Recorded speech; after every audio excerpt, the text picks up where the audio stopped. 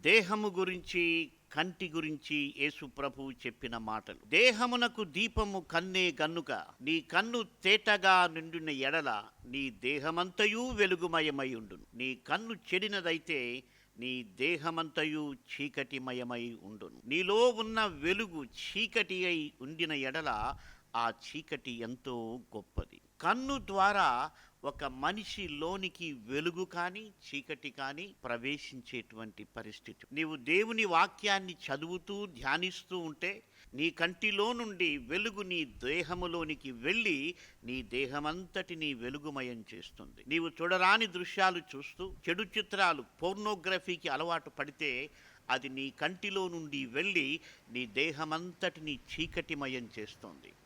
కాబట్టి జాగ్రత్త.